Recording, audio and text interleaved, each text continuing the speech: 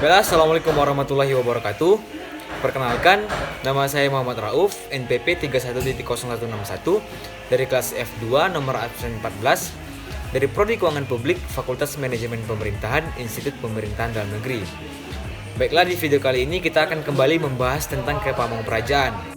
Baiklah, di video kali ini saya akan menjawab 5 pertanyaan yang menjadi pokok bahasan pada video kita kali ini.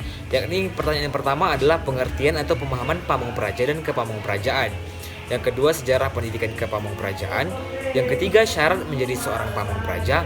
Yang keempat, kode etik pamongpraja dan indikator kualitas seorang pamongpraja. Dan yang terakhir adalah tugas, fungsi, peran, dan kewajiban dari seorang pamongpraja.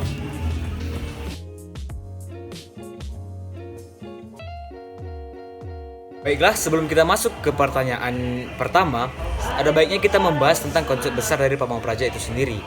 Yakni, pamongpraja menurut Kamus Besar Bahasa Indonesia sendiri pengertiannya adalah pegawai negeri yang mengurus pemerintahan negara.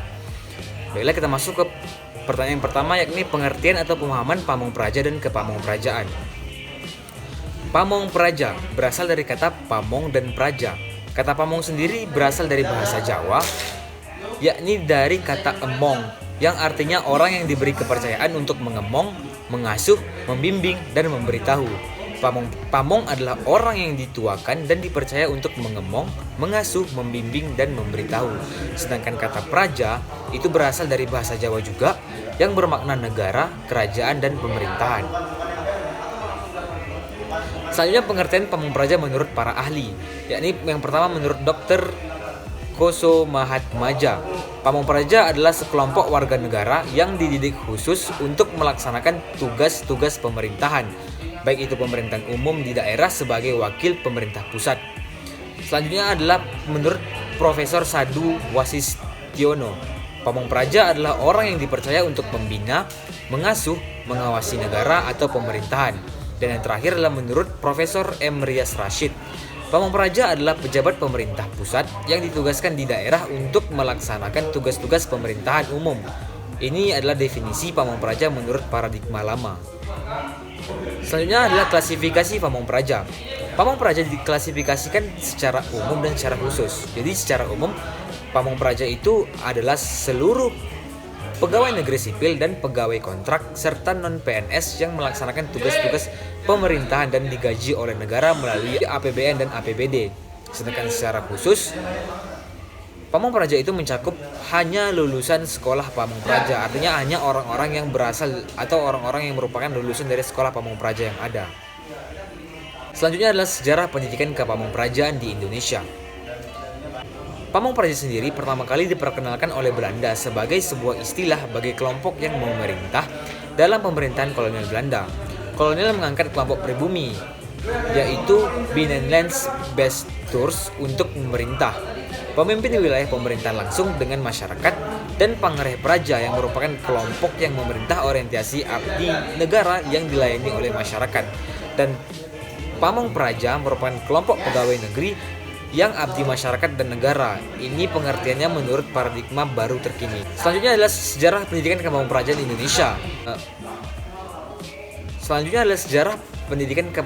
di Indonesia. Yang pertama adalah pada tahun 1920, pemerintahan Hindia Belanda mendirikan Osvia dan Mosvia sebagai bentuk dari usaha mereka untuk menghasilkan kader-kader pemerintahan yang nantinya mengisi jabatan-jabatan di pemerintahan Hindia Belanda.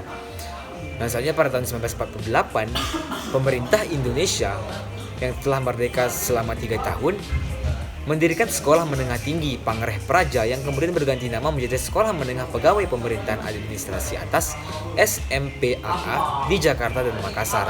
Dan dilanjutkan pada tahun 1952, Kementerian Dalam Negeri menyelenggarakan kursus Dinas C atau KDC di Kota Malang, yang selanjutnya juga dilaksanakan di kota-kota lain selain Kota Malang. Selanjutnya pada tanggal 17 Maret 1956, pemerintah mendirikan Akademi Pemerintahan Dalam Negeri APDN di Malang, Jawa Timur, yang merupakan Akademi Pemerintahan Dalam Negeri pertama yang ada di Indonesia. Dan pada tahun 1967, dibentuklah Institut Ilmu Pemerintahan atau IIP yang berkedudukan di Kota Malang, Jawa Timur, berdasarkan keputusan bersama Menteri Dalam Negeri dan Menteri Pendidikan dan Kebudayaan nomor 8 tahun 1967. Selanjutnya pada tahun 1972, Institut Ilmu Pemerintahan yang berkedudukan di Malang, Jawa Timur tadinya dipindahkan ke Jakarta melalui keputusan Menteri Dalam Negeri nomor 94 tahun 1972. Jadi semulanya IIP yang didirikan di Malang, Jawa Timur dipindahkan ke Jakarta melalui keputusan Menteri Dalam Negeri nomor 94 tahun 1972. Juga pada tahun 1970-an, pemerintah membentuk APDN di 20 provinsi selain di Malang, Jawa Timur, yakni di Banda Aceh, di Medan, Bukit Tinggi, Pekanbaru, Jambi, Palembang, Lampung, Bandung, Semarang, Pontianak, Palangkaraya, Banjarmasin, Samarinda, Mataram, Kupang, Makassar, Manado, Ambon, dan Jayapura. Jadi selain mendirikan APDN yang berpusat di Malang, Jawa Timur, pemerintah juga mendirikan 20 APDN lain yang tersebar di seluruh Nusantara sebagai bentuk usaha dari pemerintah untuk menghasilkan para kader pamong praja yang baik untuk menjabat di Kementerian Dalam Negeri. Selanjutnya pada tahun 1992, status APDN berubah menjadi STPDN dengan program studi D3 yang diresmikan oleh Presiden Republik Indonesia pada saat itu pada tanggal 18 Agustus 1992. Dan pada tahun 2004, pengintegrasian terwujud dengan ditetapkannya keputusan Presiden nomor 87 tahun 2004 tentang penggabungan STPDN ke dalam IIP dan sekaligus mengubah nama Institut Ilmu Pemerintahan menjadi Institut Pemerintahan Dalam Negeri. Tujuan penggabungannya adalah untuk memenuhi kebijakan pendidikan nasional, juga untuk meningkatkan efektivitas penyelenggaraan pendidikan kader pamong praja di lingkungan Departemen Dalam Negeri. Kita lanjut ke pertanyaan yang ketiga, yakni syarat untuk menjadi seorang pamong praja.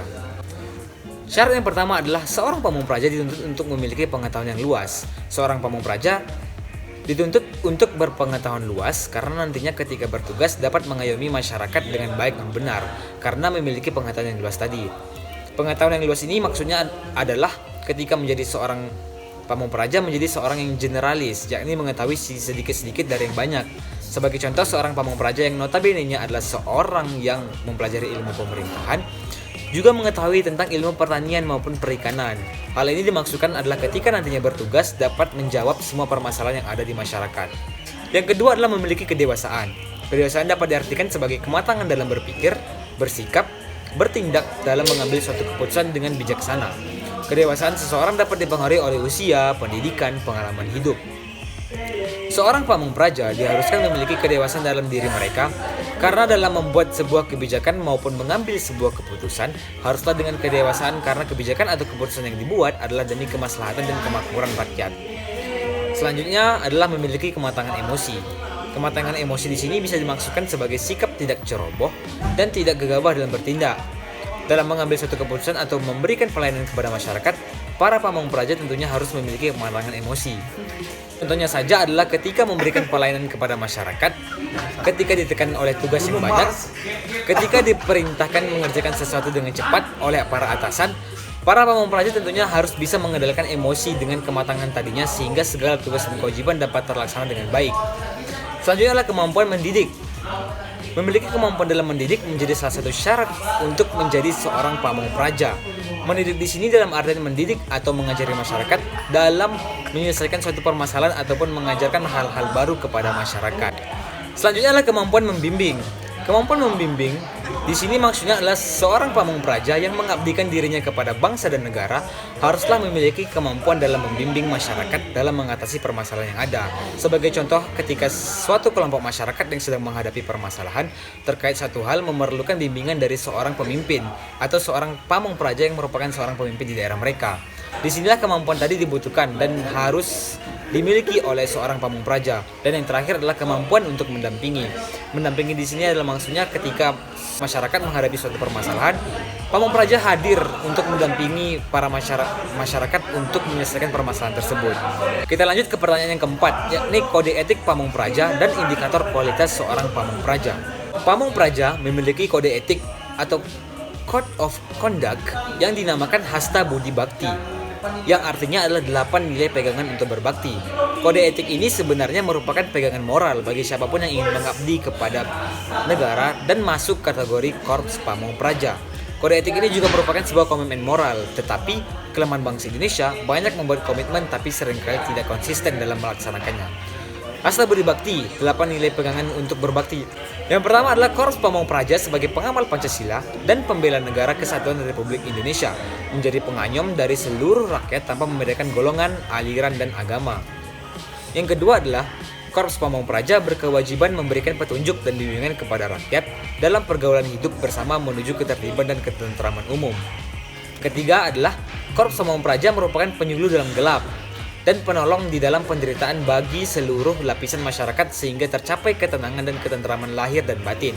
Yang keempat, Korps Pamong Praja membina semangat kehidupan masyarakat sehingga terjelma sifat dan sikap dinamis, konstruktif, dan korektif di dalam sanubari masyarakat.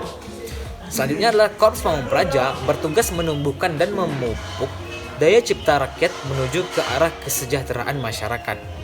Yang keenam, Korps Pamong Praja bertugas menampung dan mencarikan penyelesaian segala persoalan hidup dan kehidupan rakyat sehari-hari sehingga diperlukan sifat sabar, tekun, ulet, dan bijaksana. Yang ketujuh, Korps Pamong Praja menjadi penggerak segala kegiatan dalam masyarakat menuju tercapainya masyarakat yang adil dan makmur yang diridhoi oleh Tuhan Yang Maha Esa. Dan yang terakhir atau yang kedelapan, Korps Pamong Praja harus bertindak tegas, adil, dan jujur dalam memberantas kejahatan dan kemaksiatan tanpa pandang bulu. Sebaliknya, harus menjadi teladan dalam kebaikan dan kemaslahatan. Itulah 8 dari hasta budi bakti yang menjadi kode etik dari kepamongprajaan. Selanjutnya adalah indikator kualitas seorang pamong praja.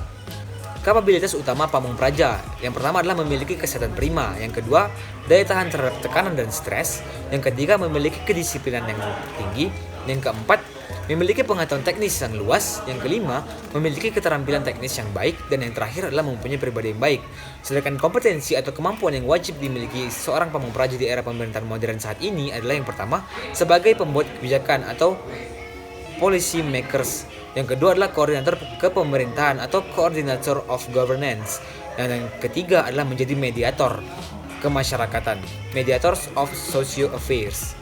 Kita lanjutkan ke pertanyaan yang terakhir, ini pertanyaan yang kelima, yaitu tugas, fungsi, peran, dan kewajiban seorang pamong praja. Tugas pamong praja yang pertama adalah membantu proses pembuatan keputusan-keputusan. Seperti yang kita tahu bahwasanya para pamong praja nanti bekerja di ranah pemerintahan. Yang kedua adalah mengawal agar setiap keputusan itu terlaksana sesuai aturan dengan cara melakukan monitoring, supervisi, dan mengawasi pelaksanaan keputusan-keputusan tersebut. Dan yang ketiga adalah melaksanakan semua perintah atasan kecuali perintah yang bertentangan dengan aturan dan nurani kemanusiaan. Ini adalah fungsi pamong praja. Yang pertama adalah penyelenggara pelayanan bagi masyarakat, penyelenggara pembangunan bagi masyarakat, penyelenggara pemberdayaan bagi masyarakat, pengaturan masyarakat atau regulation, dan yang terakhir adalah perlindungan masyarakat atau protection. Selanjutnya adalah peran pamong praja. Yang pertama adalah sebagai seorang abdi negara, yakni seperti mendahulukan kepentingan negara, melaksanakan tugas yang diamanatkan oleh negara, wajib membela dan mempertahankan negara. Selanjutnya yang kedua adalah sebagai seorang abdi masyarakat, yakni memahami kebutuhan masyarakat, melakukan pembangunan masyarakat, melakukan pemberdayaan masyarakat, keperhatian kepada masyarakat, dan tentunya memiliki respon terhadap masyarakat. Yang ketiga adalah sebagai pemberi pelayanan kepada masyarakat, seperti melaksanakan pelayanan kepada masyarakat, memahami kebutuhan masyarakat, memahami kondisi masyarakat apa adanya, memberikan informasi kepada masyarakat, dan memudahkan masyarakat mendapatkan informasi dari pemerintah. Selanjutnya, sebagai perekat persatuan bangsa. Ini seperti memperlakukan masyarakat sebagai anak bangsa, memandang masyarakat sebagai kekayaan bangsa, tidak membedakan antara anak bangsa, dan yang terakhir adalah siap ditugaskan di mana saja. Yang kelima adalah sebagai mediator konflik masyarakat. Ini seperti contohnya adalah menyelesaikan konflik masyarakat, memfasilitasi masyarakat menyelesaikan konflik, memberikan pemecahan masalah dari konflik masyarakat, dan yang terakhir adalah pencipta rendahnya konflik dalam masyarakat. Yang keenam yang menjadi tugas dari seorang pamong praja adalah pemberi makna pemerintahan.